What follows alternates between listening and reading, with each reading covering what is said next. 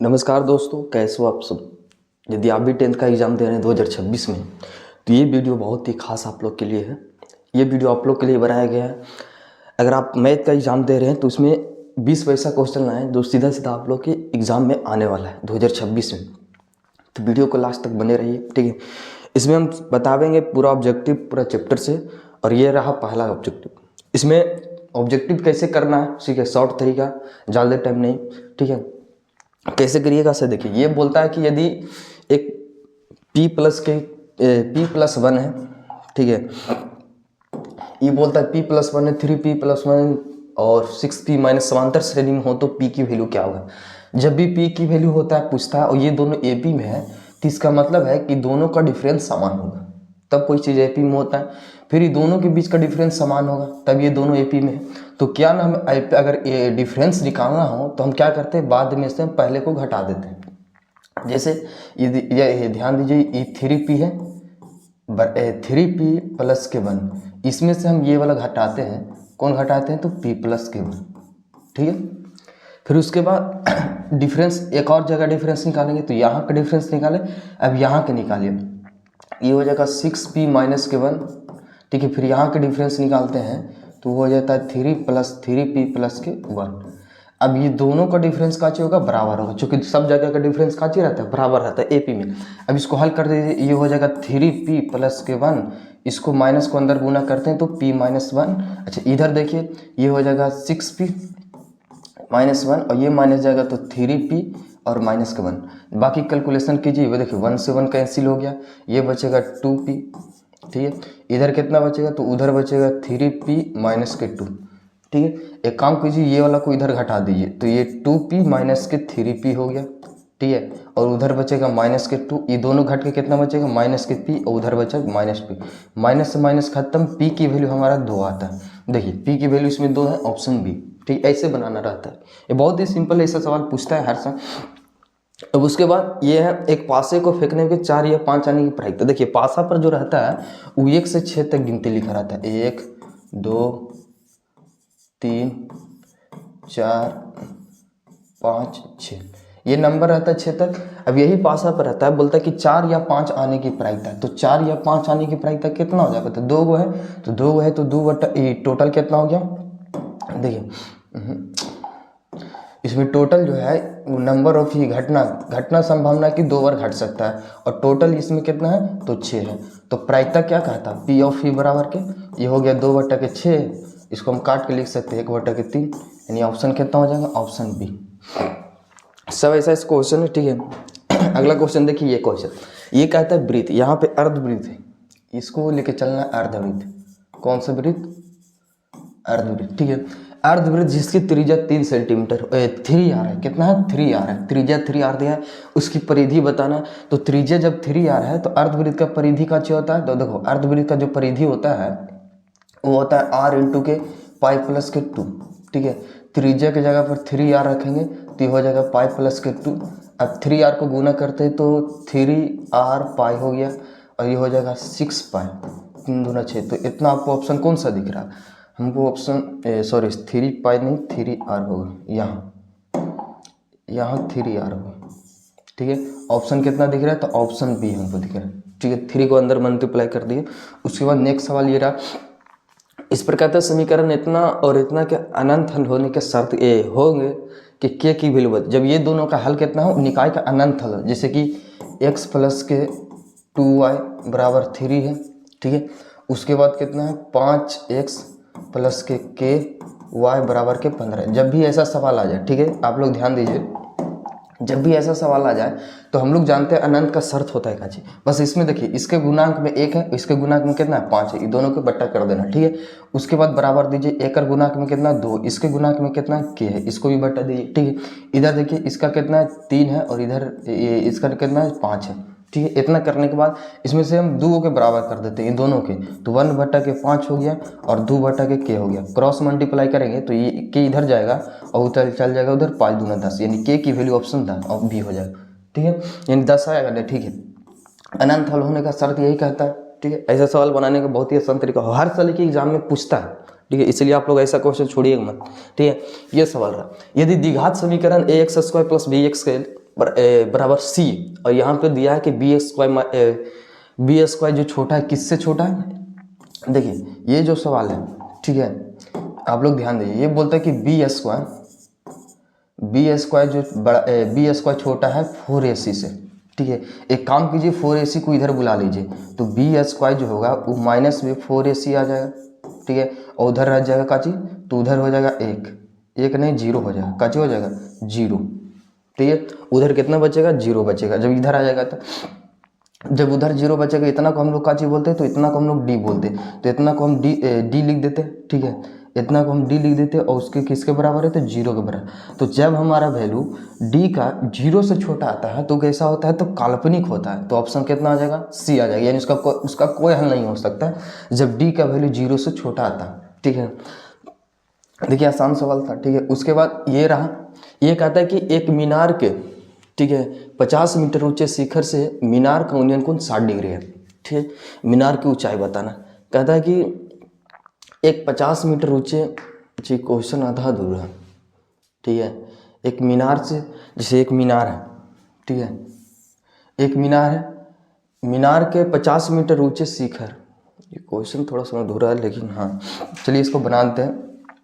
ये बोलता है कि क्वेश्चन ऐसे था, ठीक है, मीनार है जो 50 मीटर दूरी पर, ठीक है, काची बनाता है, तो 50 मीटर दूरी पर 60 डिग्री का कोण बना रहा है, कितना डिग्री का, 60 डिग्री का। ये लीजिए ए बी और इसको सी, मीनार की ऊंचाई एच मान लीजिए, ठीक है। अब यही बताना था कि मीनार की ऊंचाई काची होगा, तो बताइए इसमें काची लगेगा, तो इसमें tan थीटा लगेगा, tan कितना डिग्री लगेगा, 60 डिग्री। tan बराबर होता है लंब बटा आधार, तो लंब इसमें h हो गया, आधार कितना हो गया 50, tan 60 की वैल्यू हो जाएगा √3 हो जाएगा h बटा के 50, ये क्रॉस गुना करेंगे तो कितना हो जाएगा, तो h बराबर हो जाएगा 50√3, यानी h बराबर का जी था मीनार की ऊंचाई। ऑप्शन कितना आ गया, ए आ गया, ये क्वेश्चन गलत था, ठीक है। देखिए ये जो है ये सवाल कैसे करेंगे, ठीक है। ये जो है ये कहता है कि tan थीटा यहाँ पे, ठीक है, ये हो जाएगा tan थीटा बटा के sec थीटा माइनस के 1 है, ठीक है, प्लस में tan थीटा, और ये हो जाएगा बटा में क्या चाहिए, sec थीटा प्लस के 1। एक काम कीजिए, अगर ऐसा जब भी सवाल आ जाए तो ऊपर में हम कॉमन कर लेते हैं, ठीक है। ऊपर में क्या चाहिए हमको, कॉमन दिख रहा है, तो tan कॉमन दिख रहा है, तो tan को बाहर निकाल लीजिए सर, तो tan थीटा जब बाहर आवेगा तो 1 बटा कितना बचेगा, sec थीटा माइनस के 1, ठीक है, ये हो जाएगा प्लस, ये हो जाएगा 1 बटा के sec थीटा माइनस के प्लस के 1, ठीक है। एक काम कीजिए एलसीएम ले लेते हैं, काजी कर लेते हैं, एलसीएम ले लेते हैं अंदर में, तो एलसीएम लेंगे तो कितना हो जाएगा, sec थीटा माइनस के 1 इंटू में sec थीटा प्लस में 1, ठीक है। इसको हम जब भागा देंगे तो ये खत्म हो जाएगा, तो बचेगा sec थीटा प्लस के 1, और ये हो जाएगा sec थीटा माइनस के 1 से 1 कैंसिल हो जाएगा, ठीक है। बचेगा कितना, तो ये दोनों 2 sec थीटा बचेगा, और लास्ट जो फाइनल बन जाएगा वो tan थीटा इंटू के 2 sec थीटा, और नीचे में हो जाएगा sec स्क्वायर थीटा माइनस में 1, ये दोनों जब गुना होगा तो sec स्क्वायर थीटा माइनस के 1 होगा, ठीक है। एक काम कीजिए, ये हो गया हमारा tan थीटा इंटू में sec थीटा 2 sec थीटा। अब बताइए इसको हम काची लिख सकते हैं, तो ये तो हमारा फार्मूला हो गया tan स्क्वायर थीटा के, तो ये tan से tan वो कैंसिल, ठीक है। इसमें 2 है, इसको लिख सकते हैं cos थीटा 1 बटा cos थीटा, ठीक है, और बटा में हमारा काची चल रहा है, ये हो जाएगा cos थीटा, और ये चल रहा है tan थीटा, तो tan को हम लोग लिख सकते हैं sin थीटा बटा के cos थीटा, ठीक है। ये दोनों तो कैंसिल हो जाएगा, बचेगा हमारा 2 बटा के sin थीटा, और sin किसका उल्टा है, तो कोसेक है, तो 2 कोसेक थीटा हो जाएगा, 2 कोसेक थीटा। ऑप्शन कितना दिख रहा है, तो ऑप्शन सी दिख रहा है, ठीक है। उसके बाद ये वाला देखिए, ये कहता है कि समांतर श्रेणी में तो 10वां पद बताना है, 10वां पद बताना है, तो ये 10वां पद के लिए, ठीक है, 10वां पद के लिए लिखेंगे 10वां पद, 10वां पद के लिए क्या होता है, तो a प्लस के 9d होता है, ठीक है।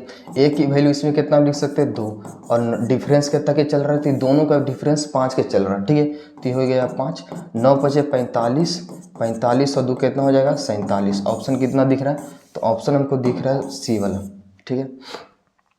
और भी आसान है, आप लोग वीडियो में बन रही है लास्ट तक, ठीक है।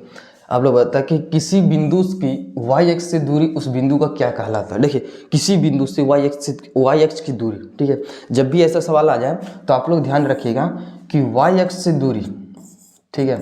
वाई एक्स से दूरी जब भी पूछेगा तो किसका होता है, एक्स का निर्देशांक होता है, एक्स का निर्देशांक, ठीक है, एक्स का निर्देशांक, ठीक है। और यदि एक्स अक्ष से दूरी पूछेगा तो किसका होगा, वाई का निर्देशांक। इतना आप लोग याद रखिएगा, इससे जितना भी सवाल होगा सब बना दीजिएगा, ठीक है। अगर आपसे वाई एक्स से दूरी पूछा है तो एक्स का निर्देशांक, ठीक है, और यदि एक्स से दूरी पूछा है तो वाई का निर्देशांक। तो इसमें देखिए क्या चीज़ पूछा है, वाई एक्स से दूरी, तो किसका निर्देशांक होगा, एक्स अक्ष का निर्देशांक होगा, ठीक है। इसको याद रखने का ट्रिक है, यदि उल्टा याद रखें, ठीक है, एक्स अक्ष से पूछेगा तो वाई एक्स से पूछेगा तो एक्स का निर्देशांक, और एक्स अक्ष से पूछेगा तो वाई का निर्देशांक, ठीक है।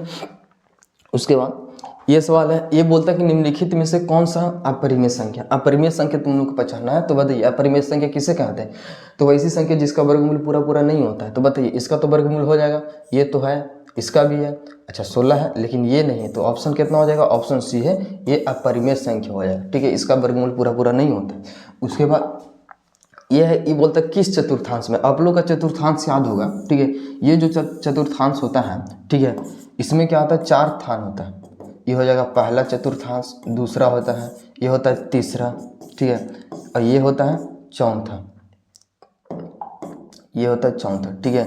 इसमें होता है प्लस प्लस, इसमें होता है माइनस प्लस, ठीक है, इसमें क्या होता है तो माइनस माइनस होता है। अच्छा इसमें क्या होता है, तो इसमें होता है प्लस और माइनस। तो बताइए इसमें जो संख्या है एक है माइनस में और एक है प्लस में, तो माइनस प्लस कितना दिख रहा है, 2 में, ठीक है। तो ऑप्शन कितना हो जाएगा, बी हो जाएगा, यानी दूसरा चतुर्थांश, द्वितीय चतुर्थांश जिसको हम लोग बोलते हैं, ठीक। ये है, ये बोलता है tan 3 थीटा बराबर है tan, देखिए ये सवाल ऐसे है 3 थीटा, तो थीटा की वैल्यू बताना है, तो थीटा की वैल्यू कितना होगा, तो 60 डिग्री होगा, 60 डिग्री पर होता है ना, तो इसे यहाँ पे लिख सकते हैं थीटा की वैल्यू कितना हो गया, 60 डिग्री, ठीक है। उसके बाद ये सवाल है, ये कहता है कि 44 सेंटीमीटर वृत्त के परिधि वाले त्रिज्या ज्ञात करें। वृत्त की परिधि कौन सी होता है, 2 पाई आर, इस दिया हमारा 44 दिया, पाई की वैल्यू 22/7 रख सकते हैं, यहाँ हो जाएगा r बराबर के 44, 22 दूना 44 कट जाएगा, ठीक है, इधर बचेगा r बराबर 7 हो गया, इस 7 उधर जाके गुना हो जाएगा, तो ये हो जाएगा 7, ऑप्शन कितना, बी का हो जाएगा 7 सेंटीमीटर, ठीक है। उसके बाद ये देखिए, प्रथम 5 पूर्ण संख्याओं का माध्य बताना है। पूर्ण संख्या किसे कहते हैं, तो पूर्ण संख्या जब 0 से स्टार्ट होता है तो उसे पूर्ण संख्या बोलते हैं। तो बताइए इसमें कितना पूर्ण संख्या लेना है, तो 5 गो, तो एक हो जाएगा 0, 1, 2, 3, 4, 5 गो हो गया। माध्य निकालने के लिए सबको जोड़ दीजिए, ठीक है, और कितना है, जय गोत नहीं से भागा लगा दीजिए, टोटल आप लोग क्या आएगा 0, 3 और 3 6 4 10, 10/5, और ये आ जाएगा ऑप्शन 2, यानी कितना आ जाएगा ऑप्शन बी, ठीक है, आप लोग कर सकते हो। उसके बाद ये बोलता है कि एक पासे को फेंकने पर 3 आने की क्या प्रायिकता, एक पासा को फेंका जाता है, ठीक है, उस पर 3 आने की क्या प्रायिकता।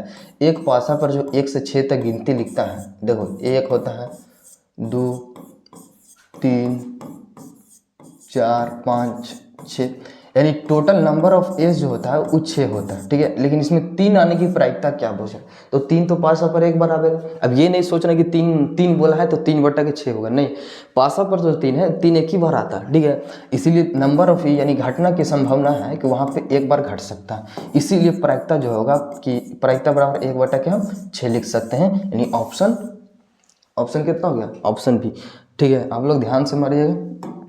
उसके बाद ये रहा कि एक पासे पर फेंकने पर अभाज्य संख्या आने की क्या प्रायिकता है। पासे से भी बहुत सवाल पूछा जाता है कि एक पासे को जब फेंका जाता है तो उस पर अभाज्य संख्या आने की क्या प्रायिकता। देखिए एक पासा पर लिखा रहता है 1, 2, 3, 4, 5, 6, इतना लिखा रहता है। इसमें अभाज्य संख्या खोजिए आप लोग कौन कौन है, तो अभाज्य संख्या एक आता है 2, ठीक है, और कौन आता है तो 3, और कौन आ गया 5। तो देखिए यहाँ पे संभावना है कि टोटल प्रायिकता अगर निकालना चाहें, ठीक है, तो प्रायिकता बराबर होता है नंबर ऑफ ई बटा के नंबर ऑफ एस, ये होता है प्रायिकता।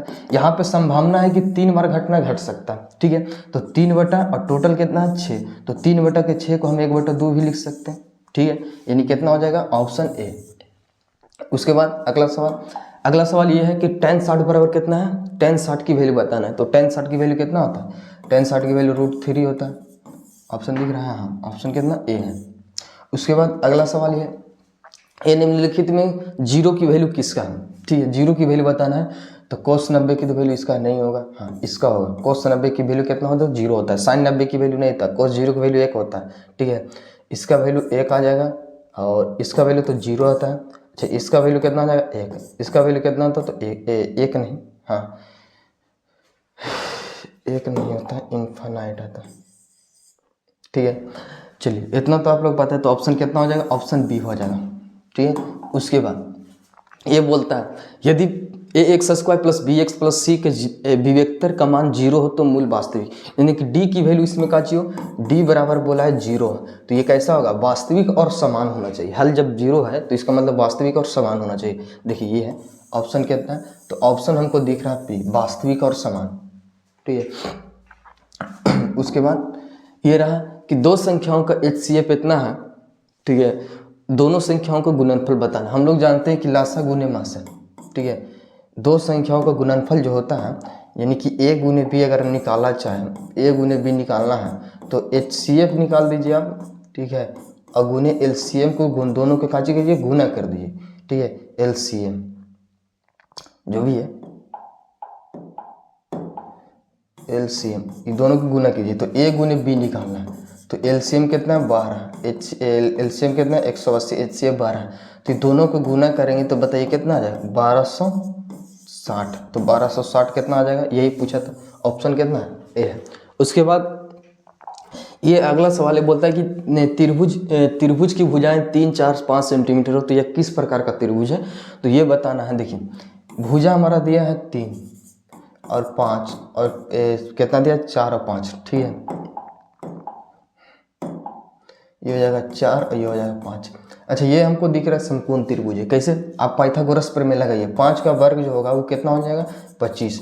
अभी दोनों को वर्ग कीजिए, 3 का वर्ग और प्लस में 4 का वर्ग, तो हो जाएगा 9 प्लस के 16 बराबर कितना हो जाएगा 25। तो देखिए इसके बराबर आ रहा है, तो इसका मतलब ये कैसा आता है, कर्ण के हिसाब से ये हो जाएगा हमारा समकोण त्रिभुज, क्योंकि दोनों कैसा है तो पाइथागोरस त्रियक है, ठीक है।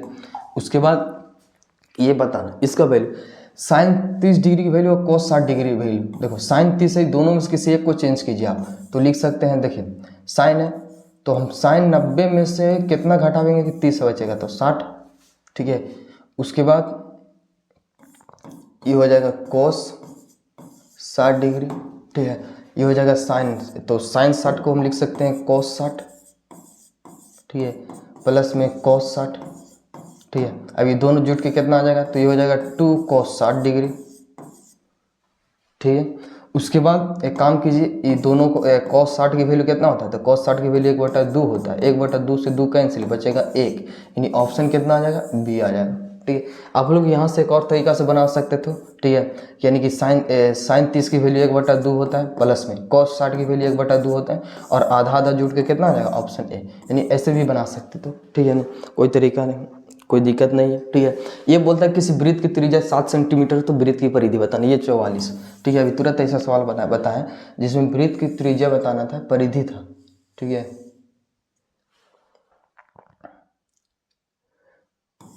चलिए अभी था वो सवाल ऐसे बनाए थे, ठीक है, जिसमें वृत्त की त्रिज्या परिधि उसमें दिया था 44, ठीक है, और त्रिज्या हमारा 7 आया था, तो वही क्वेश्चन इसमें उलट के पूछ दिया है कि वृत्त की परिधि का क्या होता है, तो वृत्त की परिधि होता है 2πr, ठीक है। 2 गुने पाई की वैल्यू 22/7 देंगे, और r की वैल्यू हमारा 7 है, 7 से 7 कैंसिल होगा, 22 दूना कितना हो जाएगा 44, ऑप्शन कितना हो गया बी, ठीक है। उसके बाद अगला सवाल देखिए, तो अगला सवाल यह है कि एक पासे को फेंकने पर सम संख्या आने की क्या प्रक्रिया है। पासा पर जो लिखा रहता है 1 2 3 4 5 6, ये रहा पासा पर लिखा रहता है 1 से 6 तक गिनती, ठीक है।